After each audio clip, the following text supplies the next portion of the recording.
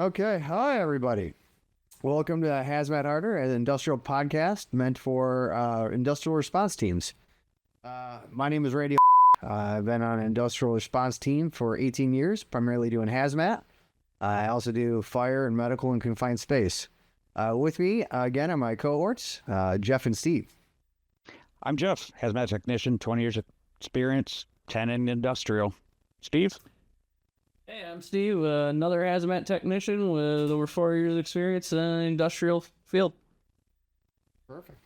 So I think, Steve, unless I'm incorrect, we are continuing on with our series that we started last episode.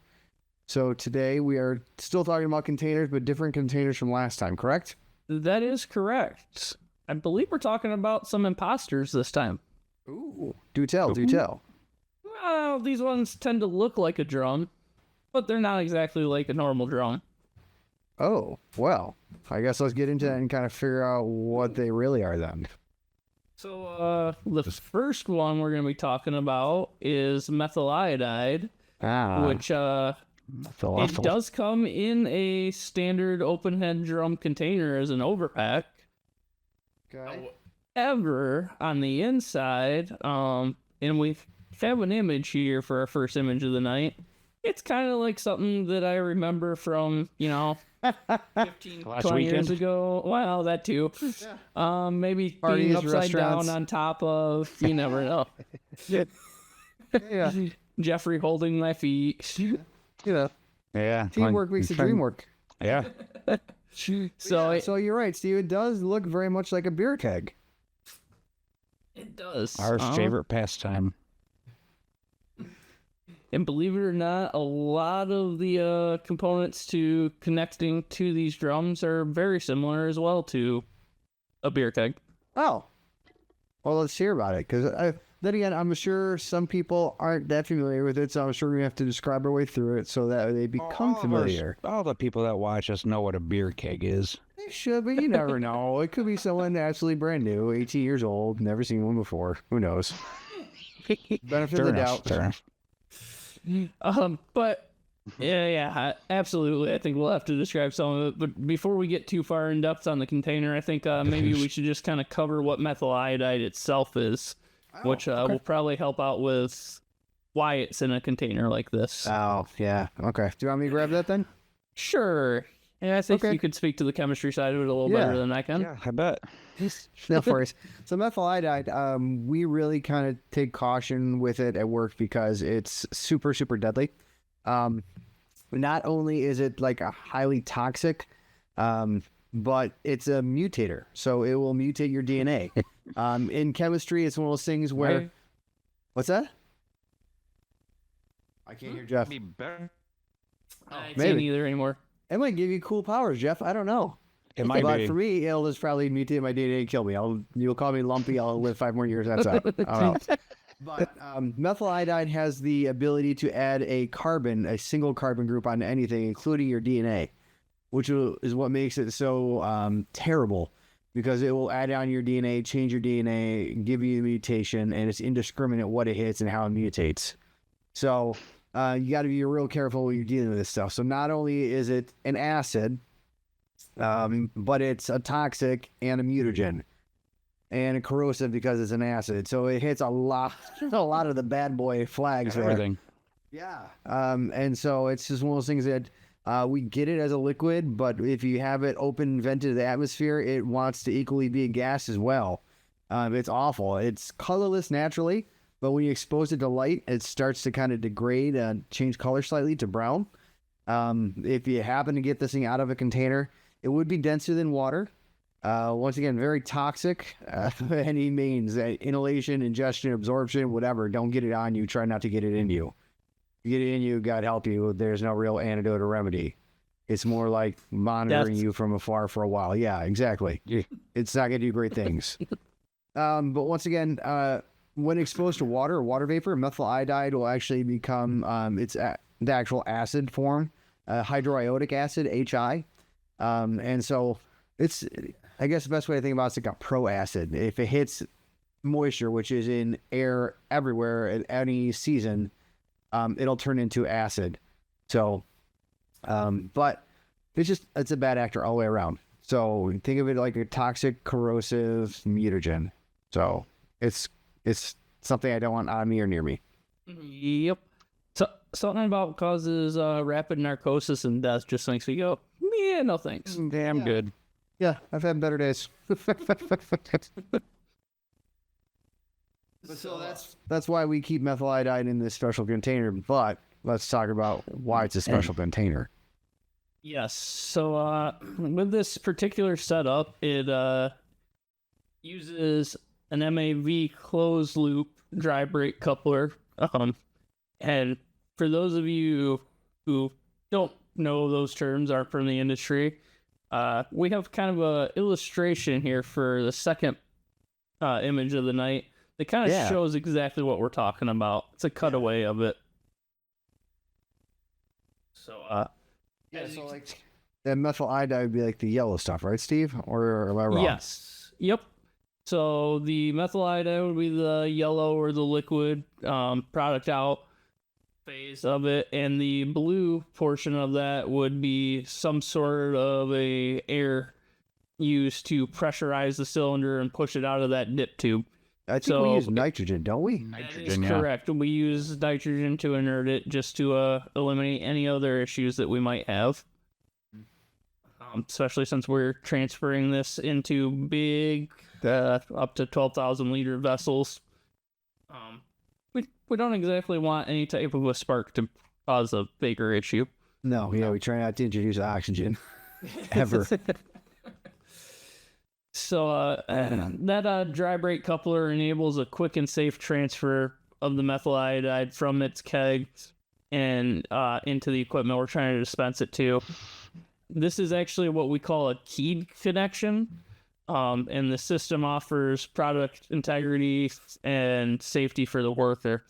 Now, that keyed connection is actually, for those of you who know what a keg tap is, who have seen one past the age of 18 or in college,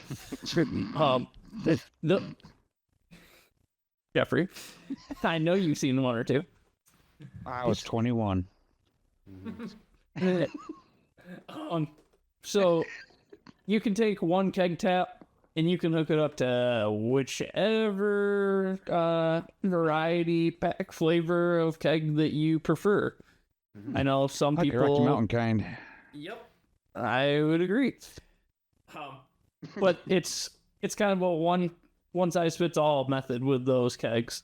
Now, in our case, when we talk about a key connection, those methyl iodide kegs have a top on them that have spokes that are specific to the fittings that we receive for these, and got a third image coming up here. Yep. And we'll talk more in depth about why some of these tools are in these images later. But those are keyed specific to the fittings that we get in the industry for methyl iodide. And though there might be some other chemicals that are used in the same style of a keg, that top that you cook the tap up to cannot be mix matched for that reason. Nice. So it prevents cross-contamination, so all you can use that valve for is methyl iodide. Yep. Beautiful. I bet there's some people that have tried to use it on different stuff. I bet so.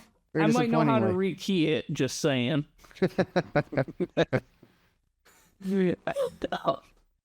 So, Jeffrey, what does the methyl iodide container consist of from material construction? Oh, it's a stainless steel wow. It's a stainless steel container that comes in either 33 liters or 50 liter volume. Okay. The polyurethane coating is an option that is used to protect the metal body of that keg from physical impacts. And the microvalve system from Micromatic is integrated into the neck of that heavy-duty refillable container, like a keg, which can be emptied by pressure or pump. That daybreak valve comes in two matched pieces. That lower keyed unit comes mounted into the keg neck, and the gasket in the lower unit is matched to provide maximum resistance against the chemical of the keg. That upper valve, if we're still looking at that picture, is typically installed on the chemical transfer equipment at the use of the facility. There's a lot of nonsense in there, but Yeah. Yep. But Well, it's all important stuff. So like so you'll never get that lower valve. It always comes pre-installed, right? it does. But you have to get your hands on that upper valve, and it has to be matched correctly in order to even use the thing. Yep. And that upper valve gets shipped to specific customers that use this product, and they keep them at their facility, so they don't get shipped back with the keg for that reason. That way, they always have it on hand for when they receive it, and in transport, nobody can dink around with it and cause a major incident. In industry, this is called an engineering controls. Not too often that those work around here, but I know. They try. This one In this works. case, it does. Yes. Most of the time. Yeah. Yeah. So, I think with the valve that you're talking about, Jeff, I think one of the things that's really important is there's a lot of metal pieces that move, but there's a couple rubberized or gasketed pieces in there. And that has to be matched to the material that's in that keg and in that neck. Yes. Because I think that is going to be, we're going to hear about that coming up, where that's going to be part of an issue we had to look at. Yep.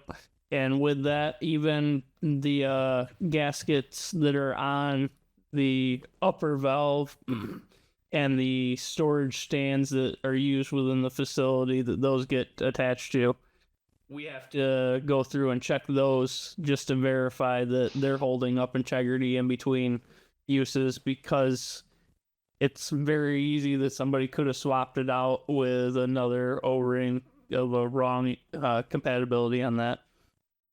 Yeah, bad MOC, yeah, because once again, this thing is going to be corrosive. So anything on the outside of that valve, it's just going to turn into an acid and start chewing away at it. Yep. And then you have problems. Yeah. Which, you want to jump into those problems? Absolutely. But real quick before we get there, Yeah. I think one thing to talk about is when properly operating that system will actually close, leaving less than 1 milliliter of residue upon the valve connection.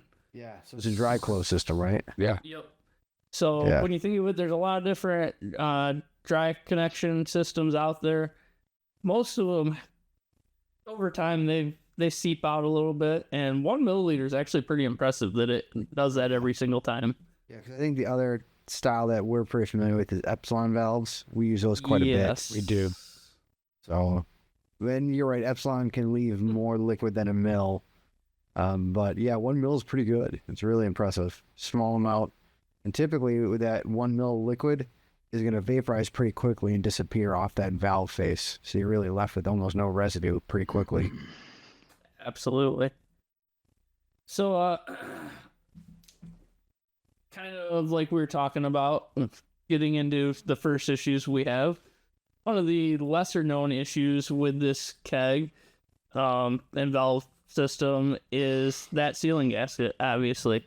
People would think that vendors or the end users are pretty good about putting in the proper gasket material. And for the most part, they are. But every once in a while, add gasket that just gets damaged, or even the wrong MOC for that product gets put in. And that's when we have a bad day. It is? Yep. Although it doesn't always have to be a bad gasket. So I know sometimes with use, the product contacts the gasket. It'll actually go in the gasket and make it swell. And that can give us some issues too. Yep. Yeah, actually. And then it's such a tight fitting that once it swells, it kind of rolls right out. Yeah. Yeah, which actually is kind of, we've had a couple calls on that. And that's kind of where the crux of, I think, this came from. Yep. I believe it is. Yeah, so I think there was once upon a, and if I'm wrong, please correct me. Once upon a time, we were trying to use a keg of this, not us personally, but where we work, we're trying to use this in production. And they made the connection, used the product, drew through, finished their ad, went to go close it, and the gasket didn't seat correctly. It, like you said, Steve, it swelled and rolled. And typically, I think what they do is they try and open and close the valve a couple of times, see if they get the gasket to reseat. And it wouldn't, meaning that the valve, the lower part of that neck, was left open. It was open venting methyl iodide. Yep. So I've been on that end of it from a operator and production, and thankfully, on the ones that I've had to deal with, that method of opening and closing it a few times has worked out every time that I've had it. But there are Not those this times time. that it doesn't. Yep. Right. So,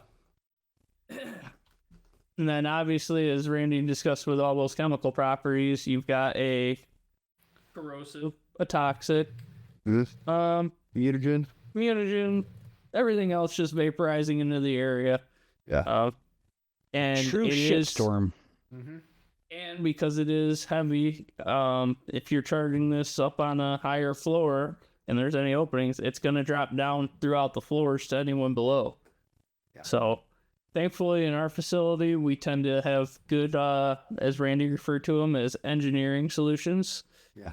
And we kind of put it in our procedures that we isolate all floors in that entire area and don't let anybody back in until monitoring has been verified after the charge is complete that there's no residual particulates of this out there.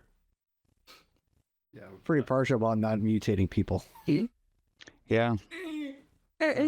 That's right. The company wants to squeeze every last bit of usefulness out of you, man. They can't get that info lumpy.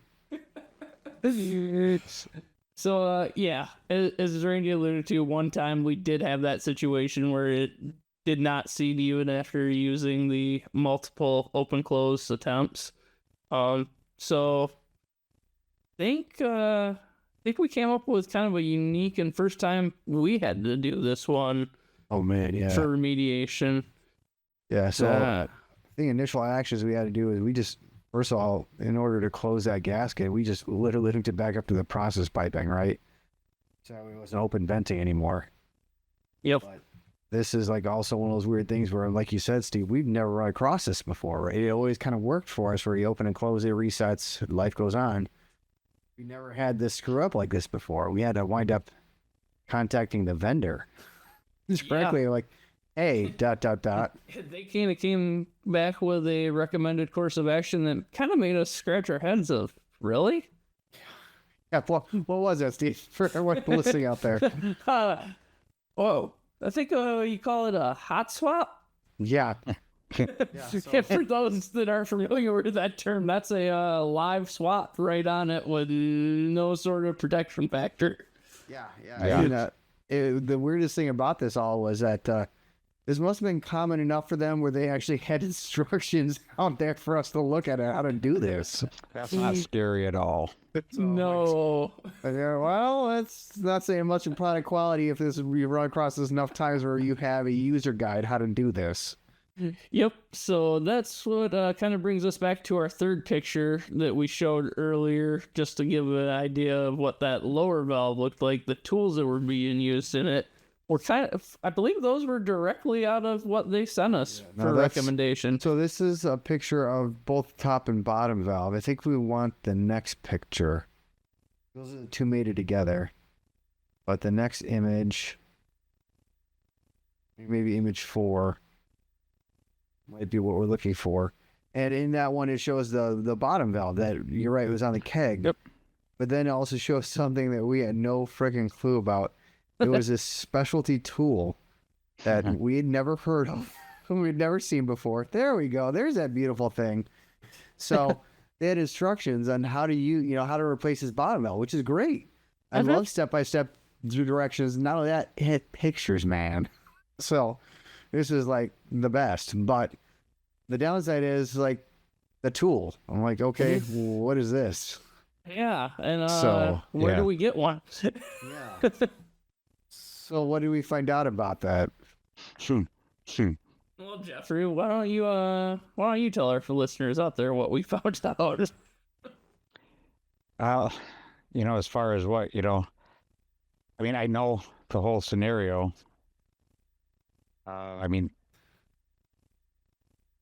It's placing that tool on top of the valve, releasing the tool, Yeah. lifting it out. Again, that tool, that thing was a special order tool. It was. Remember that? We had to wait like 3 weeks to get our hands on one. Yep. Because they build them to order. And But sit. Yeah, but I do know one thing is you don't want to apply excessive force to it. Yeah. So, yeah, let's fast forward 3 weeks. So we ordered said special part. We got said special part in. Somebody goes to use said hands. special parts. Right. That note on the instructions say do not use excessive force. So why don't you fill in what happened to that one, Jeff? And this has nothing to do with Jeff for everyone else listening. Jeff did not do this. This was not FFS. If that valve releasing tool is squeezed with, I don't even think excessive force is the word, but it can cause damage to the protruding pins and make that valve releasing tool inoperable. Keep in mind it was yes 3 weeks to get the tool. So then you go 6 weeks. Yeah, so for those who aren't privy to the entire story, we got it in our hands, and because it was going to be open venting methyl iodide, they thought they would bring in a specialty vendor to do the hot swap for us. Great. So they hired this vendor, and we were standing by just feet away from them while they Leroy Jenkins it, thought it was arm day, broke the tool, and they was like, I don't know, it doesn't work. And then we had to order another one and wait 3 more weeks. At which point we told them to pound sand and we did it ourselves. Yep. So the key takeaway there is don't let Mongo touch it. Yeah, although to be honest, this might be the second time we've had a story like that. We brought in a specialty vendor and they effed it up and we did it ourselves. I'm feeling, yeah, it might be. Yeah. There are so Might many be another stories we episode. have. If we haven't said it on air yet, that might be another episode in the future, but I feel like I have to review our past episodes. I feel like we've had a story like this before. See Yes. that, my old timers coming back to get me. So, some key takeaways from this particular product and any type of calls you get from it that we learned are obviously the methyl iodide is shipped in a keg similar to some of our favorite beverages. Don't drink it. Yes.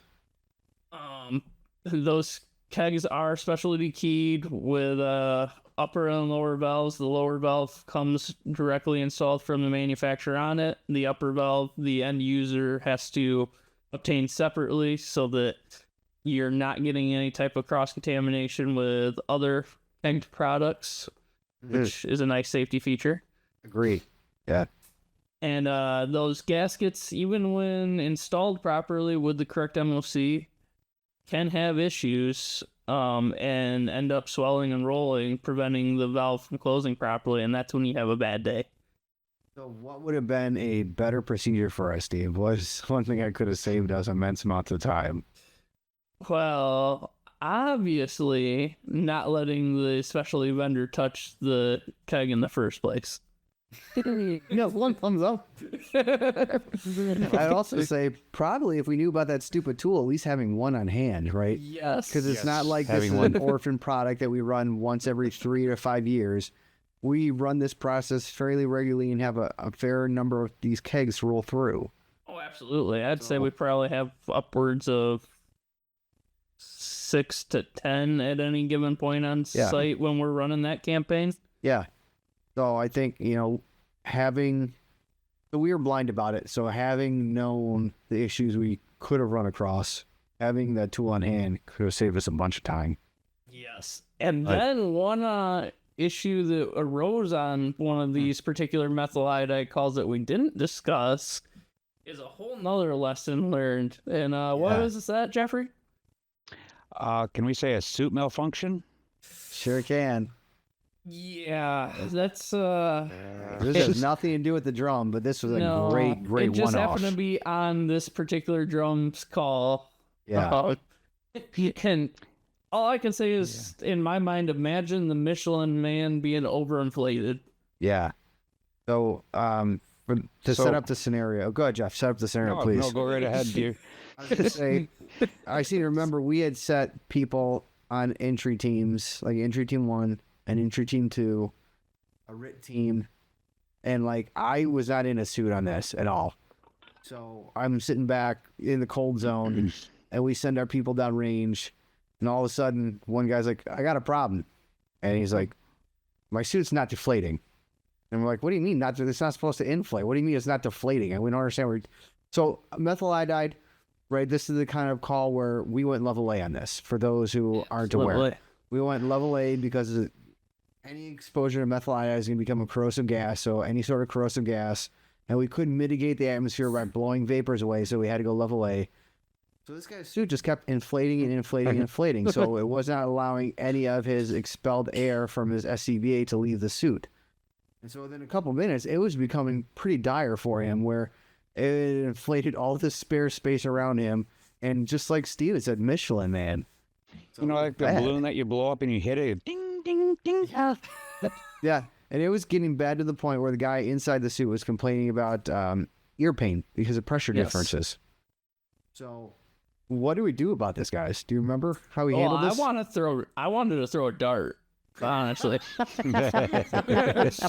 Safety darts. Safety darts are everywhere. This could have been a game like old school, like just get out the jarts, just throw them. Oh, yes. It'd be phenomenal.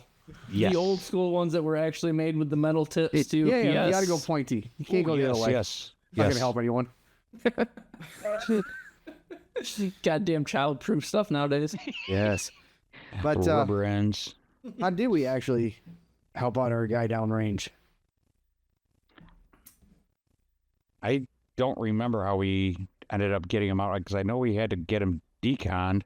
I thought we had our RIT team go in, and this is also one of those things where if people don't have a RIT team, this is why you have a RIT team, because on our RIT bag, we have trauma shears. Yes. Yeah.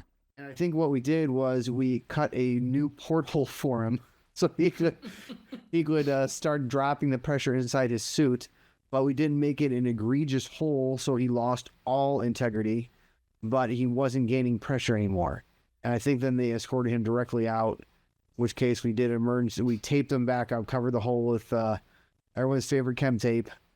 So he was gaining pressure again, but at that time we then did an emergency decon, and then we cut him out of the suit. Yep.